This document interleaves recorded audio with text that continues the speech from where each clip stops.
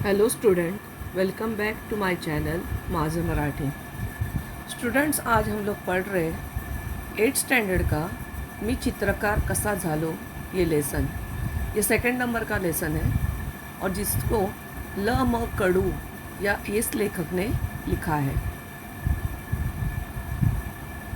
मी तुमच्या एवढा असताना जे अनुभवलं पाहिलं ते तुम्हाला सांगणार आहे। लेखक कहते हैं कि मैं जब तुम लोगों की उम्र का था तो मैंने जो देखा और जो एक्सपीरियंस किया वो मैं आपको बताने वाला हूँ। प्रथम निसर्ग। निसर्ग मतलब नेचर। आपण निसर्गाला कधीही विसरून चालणार नाही। नेचर को हम लोग कभी भी भूल नहीं सकते। त्याच्या विरोधात न जाता मर्जीत राहणं केव्हाही आपल्या फायद्याचंच आहे। नेचर के विरोध में नहीं जाना चाहिए। नेचर के विरोध में नहीं जाने का मतलब है नेचर को नुकसान नहीं पहुंचाना चाहिए। नेचर को नुकसान नहीं पहुंचाना चाहिए, इसमें ही अपना फ़ायदा है। निसर्गातून आपलं पालन पोषण होतं। नेचर में से ही हमें खाना पीना हमारा पालन पोषण होता है। निसर्गच आपल्याला नाना कला शिकवतो और नेचर ही हमें अलग अलग कलाएं मतलब आर्ट सिखाता है। निसर्ग ढूंढाळत रहा। ढूंढाळत रहा मतलब खोजना। निसर्ग को ढूंढते रहो, तुम्हाला सर्जनाच्या वाटा आपसूक सापडतील। आता तुम्हाला माझीच गोष्ट सांगतो। माझं प्राथमिक शिक्षण एक लहानशा खेड्यात झालं। मैं अभी आप लोगों को मेरी कहानी बताता हूँ। लेखक कहते हैं, मेरा प्राइमरी एजुकेशन एक छोटे से गांव में हुआ। माझं खेडं अतिशय निसर्गरम्य आणि सुसंस्कृत होतं। मेरा गांव बहुत खूबसूरत, निसर्ग से भरा हुआ, नेचर से भरा हुआ और कल्चर वाला था। घनदाट जंगल, उसके अंदर जंगलें थी, फॉरेस्ट। जंगल मतलब फॉरेस्ट है। दुधड़ी भरून वाहनारी नदी, नदियों में बहुत पानी था। निळे डोंगर, हिरवी रानं, निळे डोंगर, पहाड़। डोंगर मतलब पहाड़ थे। हरियाली थी, झाड़े थे। अवघा आनंदी आनंद। सब जगह आनंद का मौसम था, माहौल था, आनंद का वातावरण था। अशा या वातावरणात माणसातली सर्जनशीलता उफाळून आली नाही तर नवलच। माझा एक मित्र होता, मेरा एक दोस्त था। आम्हाला खूप वाटायचं कि आपण चित्र काढावीत। हमें बहुत लगता था कि हमें पिक्चर निकालनी चाहिए। चित्र मतलब पिक्चर ड्राइंग करनी चाहिए। पण काय करणार, आमच्याकडे कसलीच साधन नव्हती। लेकिन क्या करेंगे, हमारे पास तो कोई भी फैसिलिटी नहीं थी, कोई भी चीज़ नहीं थी। पेंसिल, रंग, ब्रश हे तर सोडाच, का साधा कागद ही नव्हता। हमारे पास कोई भी चीज़ें नहीं थी। ना पेंसिल थी, ना ब्रश था, ना रंग थे, कलर थे। इतना ही नहीं तो कागज भी नहीं था, पेपर भी नहीं था। अभ्यासाची एकच वही, पढ़ाई के लिए एक ही बुक थी, एक ही नोटबुक थी। स्टडी के लिए एक ही नोटबुक थी। पाटीवर लिखण्याची एक पेंसिल, पाटी मतलब स्लेट, स्लेट पे लिखने के लिए एक ही पेंसिल थी।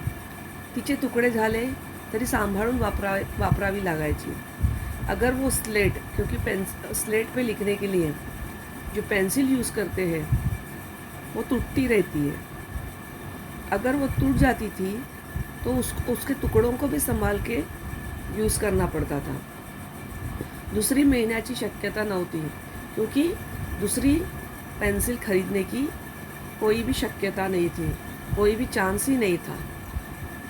शिवाय सगळ्यात मोठी अडचण किंवा धाक असा होता की चित्रबित्र काढलेली ना मास्तरांना आवडायची ना घरातल्यांना, वात्रटपणा वाटायचा। और थी सबसे बड़ी अड़चन ये थी कि चित्र मतलब ड्राइंग करना ना टीचर को पसंद था, मास्टर टीचर को पसंद था, ना घरातल्यांना, ना पेरेंट्स को पसंद था। वैशाख महिन्यातलं ऊन करपून टाकणारं असायचं। वैशाख महीने में धूप बहुत तेज़ गिरती थी। वैशाख महीना मराठी महीनों में से एक महीना है। आम्ही गावातली सगळी मुलं नदीच्या डोहात जाऊन पडायचो. गांव के सभी बच्चे नदी में जाके नहाते थे. अंगात गारवा भरला की पुन्हा काठावर येऊन बसायचं. पानी में रह रहे के बदन जब ठंडा हो जाता था तो किनारे पे आते थे. कांटा लगत खूप कडक होते. नदी के किनारे बहुत पत्थर थे. खडक मतलब पत्थर थे. पाण्याच्या प्रवाहामुळे गुळगुळीत सपाट झालेले, लांबरुंद पसरलेले आम्हाला तिथंच आमचा कॅनव्हास सापडला. पानी की वजह से पत्थर गुळगुळीत मतलब स्मूथ हुए हुए, सपाट झालेले मतलब प्लेन हुए हुए, लांबरुंद पसरलेले मतलब लंबे लंबे हुए हुए ऐसे थे. कुछ प्लेन थे, स्मूथ थे और कुछ लंबे थे. हमें यहीं पे हमारा कैनवास मिला. कैनवास मतलब जिसके ऊपर ड्राइंग बनाई जाती है, पिक्चर बनाई जाती है. या भल्या थोरल्या खडकावर मनसोक्त चित्र काढता येणार होती. इस बड़े पत्थर पे, थोरल्या मतलब बड़े पत्थर पे जितनी चाहिए, मनसोक्त मतलब जितनी चाहिए पिक्चर ड्राइंग बना सकते थे. पण कशानं काढणार तोही मार्ग सापडला. लेकिन ड्राइंग बनाने के लिए, पिक्चर बनाने के लिए कुछ तो चाहिए था. किस चीज़ से ड्राइंग बनाएंगे? आखिर में वो भी एक रास्ता मिल गया. आमच्या त्या भागात तांबूस रंगाचा मुरूम असतो. तांबूस मतलब लाल कलर की मुरूम असतो. शिवाय पिवळट रंगाचे दगडी सापडतात. और पिवळट मतलब येलो कलर के दगड मतलब पत्थर ही मिलते हैं. ते दगड आपटले त्यांची पिवळी पिवळी फिक्की पड़ते. अगर वो पत्थरों को तोड़े तो उसमें से येलो कलर की पाउडर गिरती है. फक्की मतलब पाउडर, अगदी पिठासारखी असते. वो पाउडर सेम आटे की जैसी रहती है. हवं तसं पाणी घातलं की पिवळा रंग तयार. अगर सही मात्रा में पानी डालेंगे तो येलो कलर तयार हो जाता था. पिवळा मतलब येलो कलर. मुरुमाचा खडा ओला करून घेतला आणि खडकावर चित्र रेखाटणं सुरू झालं. मुरुम एक ऐसा पत्थर है जिससे लिखा जा सकता है. जैसे अपन चौक से लिखते हैं वैसे ही मुरुम एक लाल कलर का पत्थर रहता है, उससे लिखा जा सकता था. मुरुमाचा खडा ओला करून घेतला आणि खडकावर चित्र रेखाटणं सुरू झाले. लाल कलर का मुरुम का जो पत्थर है उसको हम लोगों ने गीला कर दिया और उससे पिक्चर बनाना शुरू करे. काय काढू आणि काय नको असं व्हायचं. क्या क्या पिक्चर बनाऊं ऐसा लगता था. गुडघ्यावर टेकून रेष काढण्यात दंग व्हायचो. रेष मतलब लाइन खींचने में हम लोग मगन हो जाते थे. गुडघ्यावर टेकून मतलब नी पे बैठ के, गुडघा मतलब नी पे बैठ के हम लोग लाइन खींचने में मगन रहते थे. रेषा काढीत हातभर पुढं सरकल्यावर मागे वळून पाहावं तर रेषा वाळून लाल जर्द झालेल्या असायच्या. लाइन खींचते खींचते हम लोग आगे बढ़ते थे. आगे जाने के बाद जब हम लोग पीछे मुड़ के देखते थे तो जो गीला मुरुम था, गीला मुरुम का पत्थर था, वो सूख जाता था. मुरुम के गीले पत्थर से लाइन खींचते थे.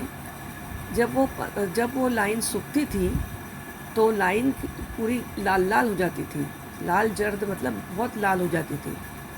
आणखी सुरसुरी आयची और मज़ा आती थी और कुछ करने को और ड्राइंग बनाने को दिल करता था.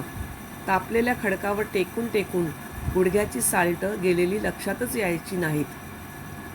नी के बल बैठते थे और ड्राइंग बनाते थे.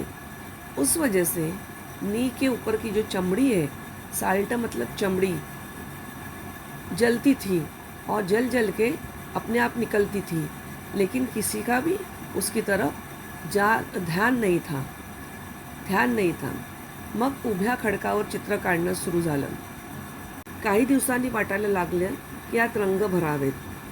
कुछ दिन ऐसा लगा, कुछ दिन के बाद ऐसा लगा की अभी इस पिक्चर में कलर भी तो होने चाहिए, पण ते कुठून आणणार? त्या दिवसात काटेसावर फुलते, लाल भड़क होते, लेकिन वो कलर कहाँ से लाएंगे?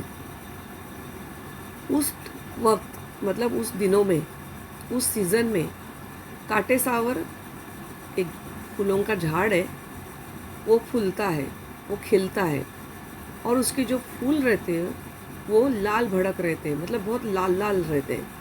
तिच्या फुलातले पराग पाण्यात सुरगाळले. फूल के अंदर जो छोटे छोटे बीज रहते हैं उनको पराग कहते हैं, और वो पराग, वो बीज पानी में हम लोगों ने मिलाए कि जांभळा रंग मिलतो. जब पानी में उस पराग को मिलाते थे तो जांभळा मतलब पर्पल, पर्पल कलर मिलता था. शेंद्री नावाच्या वनस्पतीच्या बोंडातल्या बिया भगवा रंग देतात.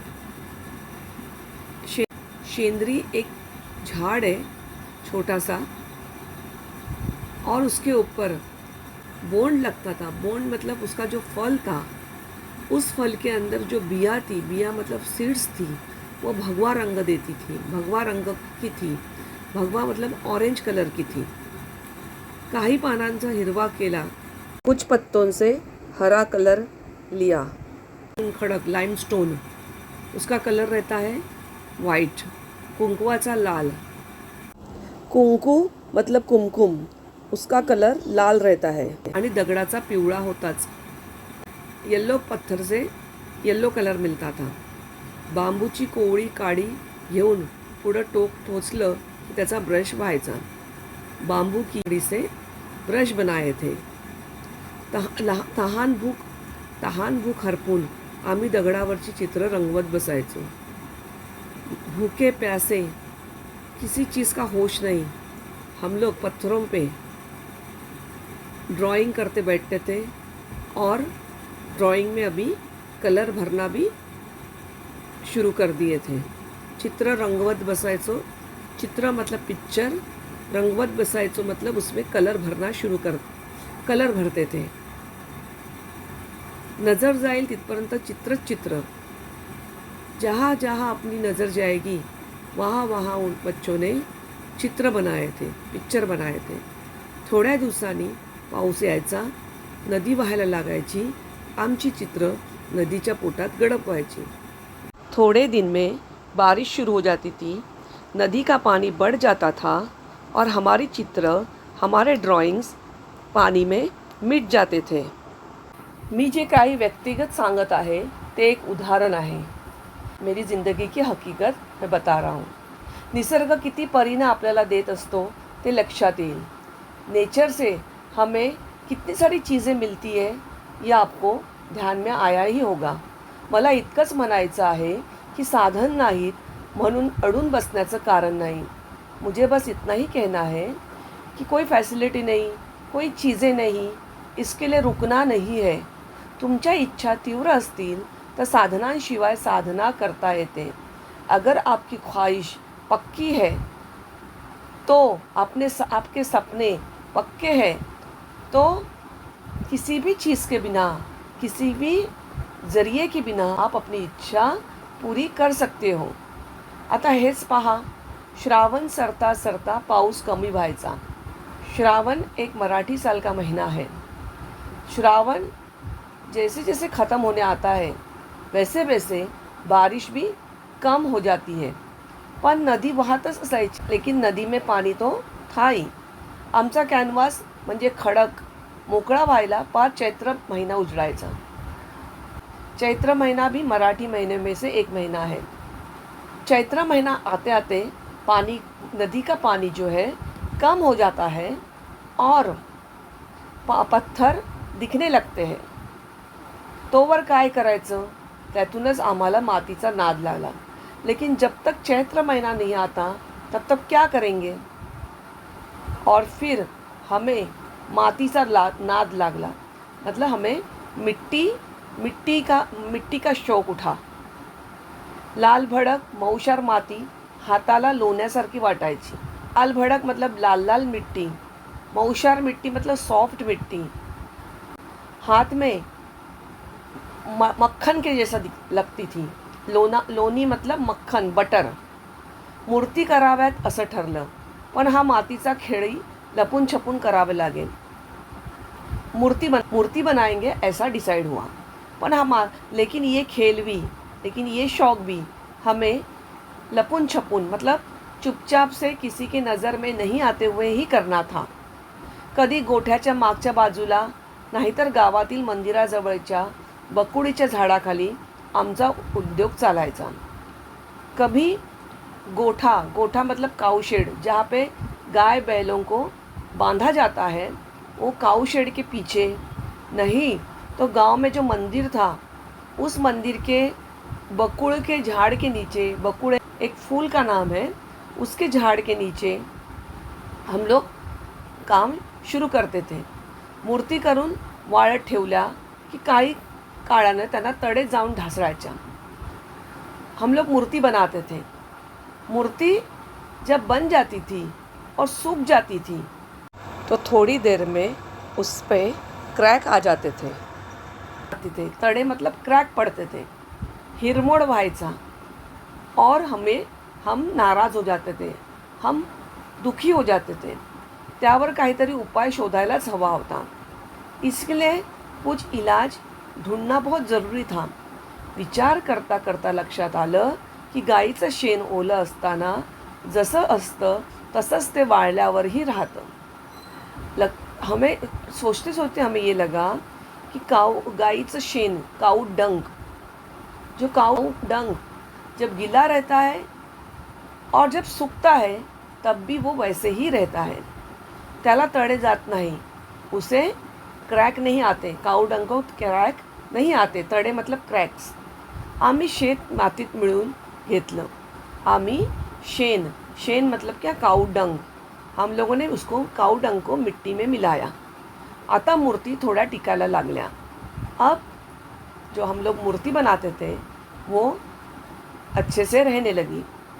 तरी जास्त दिवस झाल्यावर बारीक बारीक तड़े जाऊन ढलप्या पडायच्या. लेकिन थोड़े दिन के बाद छोटी छोटी क्रैक पड़ती थी और उसमें से मिट्टी निकल जाती थी. पुन्हा विचार शुरू. फिर वापस हम लोग सोचते बैठते थे. आमच्या गावात आठवडी बाजार भरायचा. हमारे गांव में वीकली आठवडी बाजार मतलब वीकली मार्केट भरती थी. महादू आयते कपड़े विकायला यायचा. महादू नाम का एक आदमी सिले हुए कपड़े बेचने के लिए आता था. आयते कपड़े मतलब सिले हुए कपड़े, विकायला मतलब बेचने के लिए आता था. सगळा डोंगर भाग, सब पहाड़ी एरिया था. फक्त पायवाटा, सिर्फ पायवाटा थी. पायवाटा मतलब अपने आप बना हुआ रास्ता. लोगों के चलने के वजह से अपने आप बनने वाला रास्ता को पायवाट कहते. इससे पहले भी हम लोगों ने एक लेसन में ये पढ़ा हुआ है. तो आपला माल घोड्यावरून लादून आणायचा. वो महादू जो है अपना माल, अपने कपड़े घोड़े पे रख के लाता था. नांद्रुकीच्या झाडाची दाट सावली पडायची. नांद्रुक एक झाड़ का नाम है, उसकी घनी छाया पड़ती थी. तो झाडाच्या मुळीला घोडा बांधून ठेवायचा. महादू झाड़ में अपना घोडा बांध के रखता था. आम्हाला घोड्याची लीद दिसली. लीद म्हणजे घोड्याचं शेण. त्यात बरेच धागे दिसत होते. हे धागे माती धरून ठेवतील. उस डंक में बहुत सारे धागे थे और ये धागे माती को पकड़ के रखेंगे. असा विचार करून आम्ही तो प्रयोग केला. ये सोच के हम लोगों ने मिट्टी में अभी घोड़े की लीद डालना शुरू कर दिए. आता आमच्या मूर्तींना बिल्कुल तड़े जात नव्हते. अब हमारी मूर्ति को थोड़े भी क्रैक नहीं पड़ते थे. केवढा आनंद झाला हे मला शब्दात सांगता येणार नाही. कितना मुझे आनंद हुआ ये मैं बता नहीं सकता. मी माध्यमिक शाळेत असताना आर्किमिडीज या शास्त्रज्ञाचा धडा वाचला. जब मैं सेकेंडरी स्कूल में था, माध्यमिक सेकेंडरी स्कूल में था, तो मैंने आर्किमिडीज का लेसन सायन्स में पढ़ा था. त्याला हवं होतं ते तत्व शोधण्यासाठी तो साध्या वाटणाऱ्या गोष्टीतही ते शोधत राहायचा. आर्किमिडीज को जो चाहिए था वो ढूंढने के लिए वो छोटी छोटी चीज़ों को भी देखते थे. वो ते सापडल्यावर तो न्हाणीघरातून युरेका युरेका करत धावत सुटला. तेव्हा माझ्या लक्षात आलं की आपल्यालाही एवढाच आनंद झाला होता जेव्हा मूर्तींना तडे जाण्याचं थांबलं होतं. तब मुझे मालूम पड़ा, मुझे भी उतना ही आनंद हुआ था जब मूर्ति को क्रैक पड़ना बंद हुआ था. आपल्या पुरता का होईना पण तो एक शोध होता. सिर्फ अपने लिए ही सही, लेकिन वो भी एक शोध था, वो भी एक खोज थी. मुलांनो, मी तुम्हाला एवढंच सांगीन की तुमच्या प्रत्येकात आर्किमिडीज दडलेला आहे. बच्चों, मैं आपको एक ही बात बताऊंगा कि हर बच्चे के अंदर आर्किमिडीज छुपा हुआ है. त्याला कायम जागता ठेवा. उसे हमेशा जागते हुए रखना. उसको हमेशा जगाते रहना. तुमचा आभाळ कायम आनंदानं भरलेलं राहील. आपकी ज़िंदगी हमेशा खुशहाल रहेगी, आनंद से भरी हुई रहेगी. तो बच्चों, ये लेसन का एक्सप्लेनेशन यही ख़त्म होता है. ये छोटा सा और सिंपल लेसन था और इंफॉर्मेटिव लेसन था और इंस्पायर करने वाला लेसन था. बच्चों, आपको मेरा ये वीडियो अगर अच्छा लगा हो तो मुझे लाइक, शेयर और सब्सक्राइब करें. Thank you.